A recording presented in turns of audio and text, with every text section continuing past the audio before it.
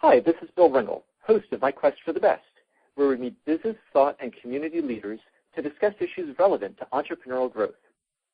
Joining us today is Mitch. Mitch is president of Twist Image, an award-winning digital marketing and communications agency.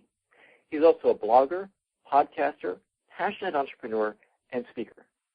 In 2008, Mitch was named Canada's most influential male in social media, one of the top 100 online marketers in the world, and one of Canada's top 40 under 40. Most recently, Mitch was named one of iMedia's 25 internet marketing leaders and innovators in the world. His first book, 6 Pixels of Separation, is a business and marketing bestseller. Mitch is frequently called upon to be a subject matter expert for many other media outlets and writes regular columns for the Montreal Gazette, Vancouver Sun, and Huffington Post. Welcome, Mitch. Hey there, how are you? Doing great. Mitch, tell me, how did you get started in your career?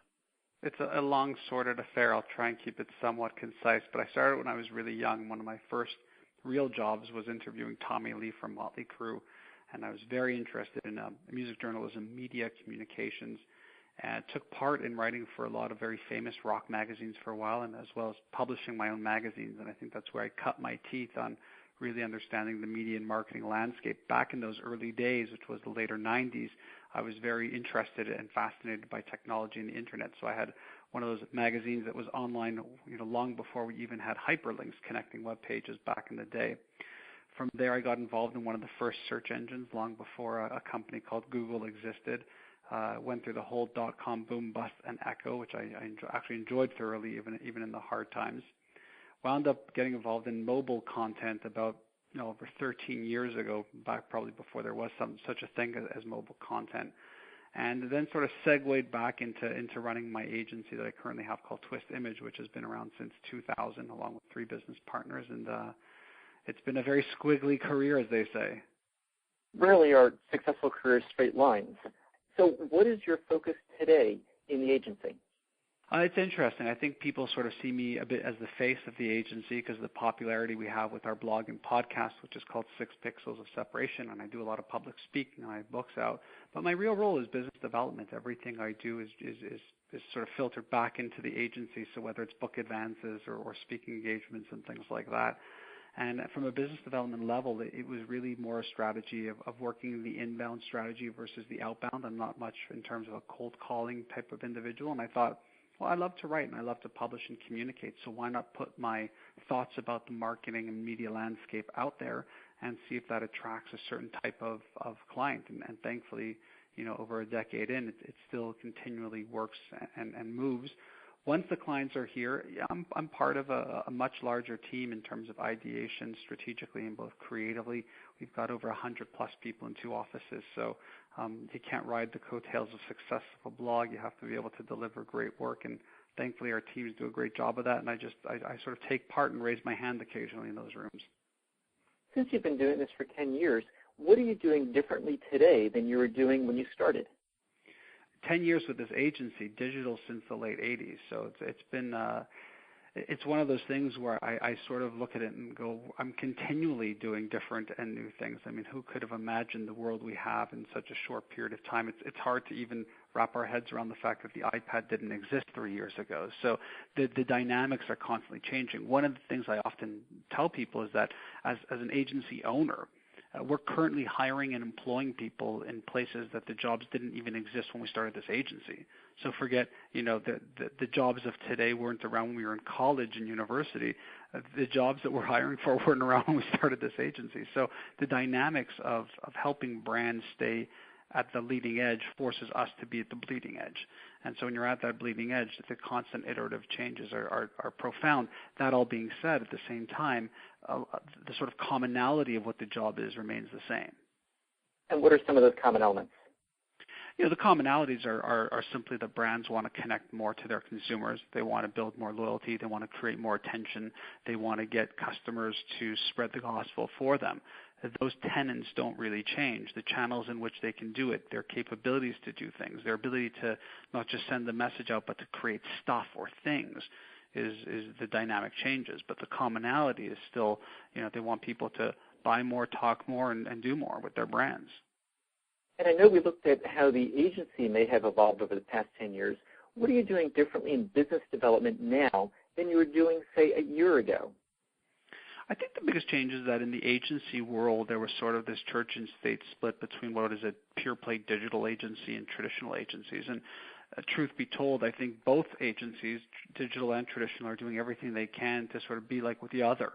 And so what happens in short order is people get competencies fairly quickly. So you see traditional agencies building out digital skills and capabilities, and then you see digital agencies trying to build out different types of more traditional-based skills and competencies as well. So the challenge is that you want to be, whereas when we started, we were one of these unique ones where if you really wanted to get digital, you had to go there, to you're somewhat competing on the merits of your creative, which is, again, a very traditional-based mindset. And so I think for us, it's been the exploration of other interesting areas of service and products that you could bring to clients.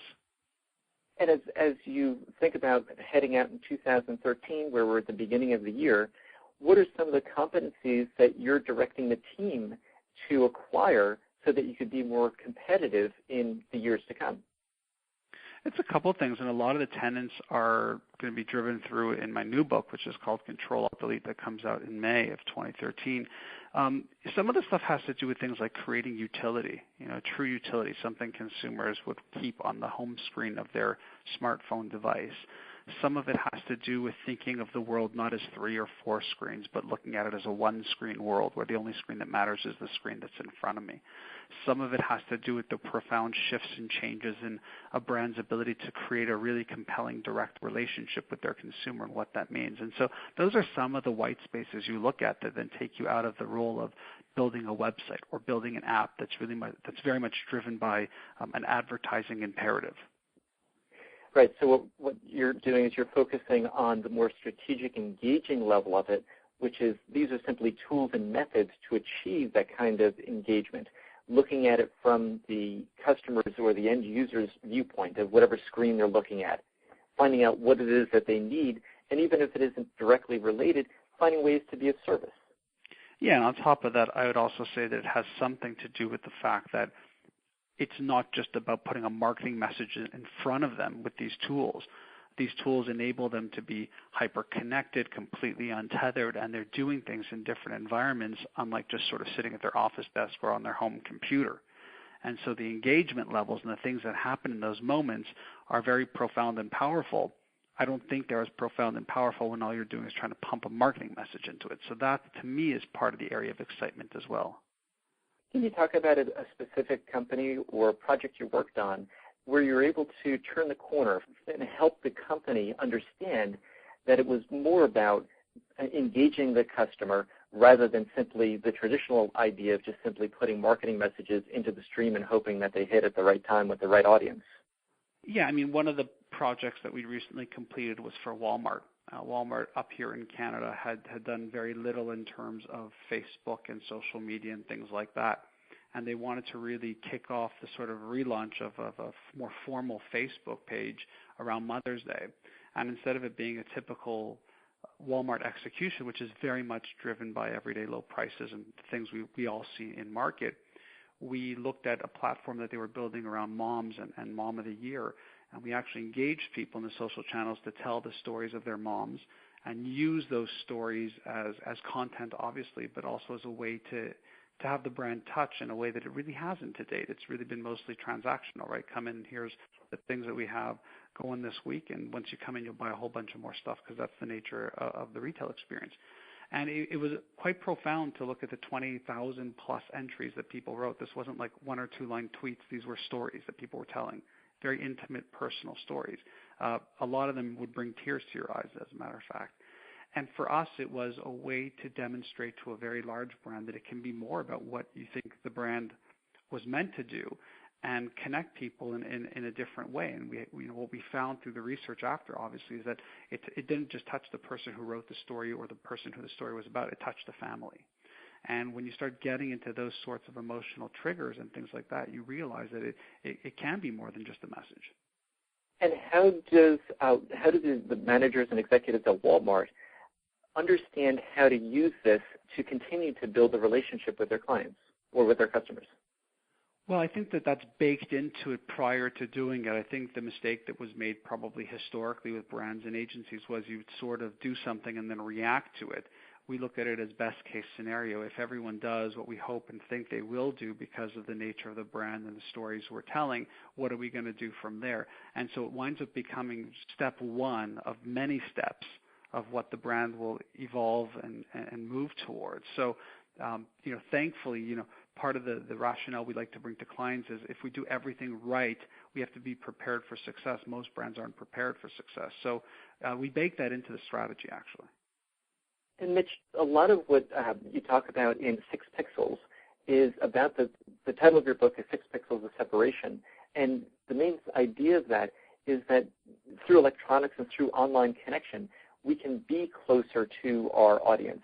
What are some of the other key ideas that come from writing that book?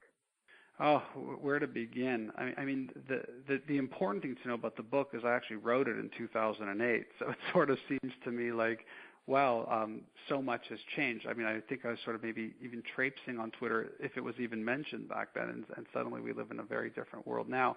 What's interesting about the book is I obviously reviewed it prior to writing down on Control-Alt-Delete and realized that at its core, philosophically, the tenets were still very true. I mean, ultimately, at a macro level, here's the thing. Anybody can have an idea and publish that idea in text, images, audio, and video. We're doing that right now, by the way, you and I. And what that means is that suddenly you have the ability to not just produce content because you can, but to connect in a very different way. And the real sort of sentiment of the book, and even the subtitle of the book was, everyone is connected, connect your business to everyone. And I still feel that there's a bit of a disconnect where while everybody's getting more and more connected in more and more places, brands are still trying to disrupt or jump in on it versus trying to figure out how to connect within it. So we'll look at a world where now, currently in 2013, Facebook has over 1 billion users. Call it what you will. And the truth is the average consumer on Facebook has anywhere between 100 and 160, depending on who you ask, connections. It's a very, very small network. It's a very tough network for a brand to penetrate or become a part of. And the tenets of the first book were really about thinking differently about how you approach the web. The web primarily was about this idea of it being fast, easy, and free. I have a whole chapter in the book called In Praise of Slow, where I believe that the winners, the people who are doing compelling things, actually know that it's a very slow, long, hard, and arduous process to build relationships, because it's not the advertising model of a one-night stand. It's the sort of mindset of trying to get married, which is a much longer and different process if you have the mindset for it. What would you say is another myth that people need to realize about how brands ought to be engaging with their customers today? For me, I think there's still a bit of an arms race that's happening today online for likes, friends, followers, plus ones, retweets, and things like that. And I don't know if brands have really taken the step back to figure out what the analytics are behind that logic, and then more importantly, what they're going to do about it. So one of the tenets that I tend to express to people when I speak to them today is instead of chasing how many likes people have of your company, why not go out and like your customers? And I say that knowing full well that Facebook page doesn't allow you to like the people who are following you, but it doesn't dissuade the people from within your organization who are connected to do everything they can to connect and build that loyalty amongst consumers and things like that. So I'm hopeful that as we go into the second half of 2013, that the logic sort of switches more, and it's not about a quality versus quantity. I think that because we have so many people connected, you can actually go after a quantity, and within that find a significant quality, but within that find a significant quantity as well. So do you think that the division between business to business and business to consumer is blurring further, and then it's becoming more just person to person, governed by some sort of strategy for those who are following a strategic approach? Yeah, I don't know if it's person to person. I think brands still have the merits of connecting, and I don't think every brand is built the same, and I don't think every brand has the same tenets, and I think B2B has its own challenges against B2C. What I will say is that there seems to be a friction between the B2B world and social media, which to me is somewhat quizzical. I think the primary driver of B2B sales is driven by relationships and white papers and testimonials and that sort of more robust marketing endeavors. Seems to me like social media provides a much more compelling platform as a way to build, distribute, and share that type of content in a much more personal way.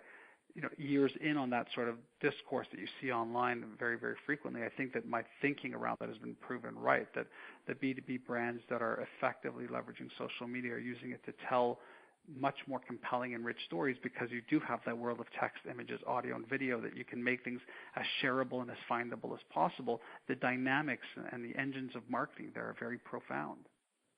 You've written about the rise of the unbrand. What do you mean by the rise of the unbrand? It was a thought that sort of occurred to me based off of a bunch of sort of colliding forces at play. One of them was this very well-known UK department store that had a quiet shop, and what was in the quiet shop was headspace meditation pods, unbranded items, quiet spaces out of the sort of hectic noise of retail. There was that. There was things like Kickstarter, where you see these individuals have a business idea, get them funded to the tune of multiples of millions of dollars in pre-sales prior to there being a product even in market or tested at the retail level.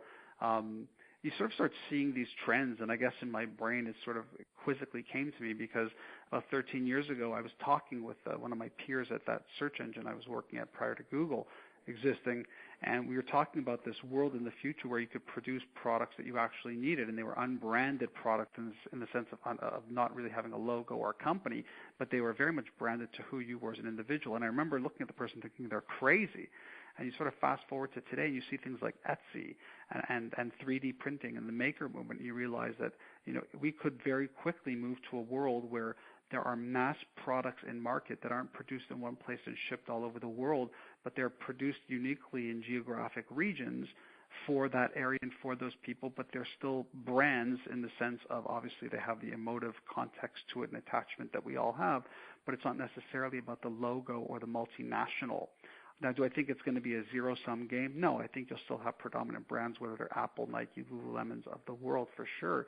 But it seems to me like there's this interesting burgeoning trend around indie brands and people connecting to things that are less about the logo or the sort of traditional constraints we put around brands and more about the individual. And for an executive listening to this, thinking about his or her company's brands, what do you think is the lesson to take away from this trend that you see emerging, which is still very early on? Yeah, I think all trends are worthy of paying attention to. I think because of the nature of the online world, all trends are worthy of discussion. And if you actually look at the sort of comments that took place around that post, which was on the Harvard Business Review, it's clear that I ruffled feathers in the sense that some people can't even wrap their heads around it. Almost like, what are you saying? This is going to kill Nike? No. So I think for me, the lessons are really about just being aware of new things. And I think it's the new things and how they connect to one another that makes branding and marketing and communication that much more interesting. It's a very dynamic time to be a marketer. We forget. We have to remember that 15 years ago when you were a marketer, 20 years ago, it was driven by 3 or 4 media channels, and that was it. Marketers couldn't really disintermediate the media. If they wanted to speak to an audience, they had to go through a media channel.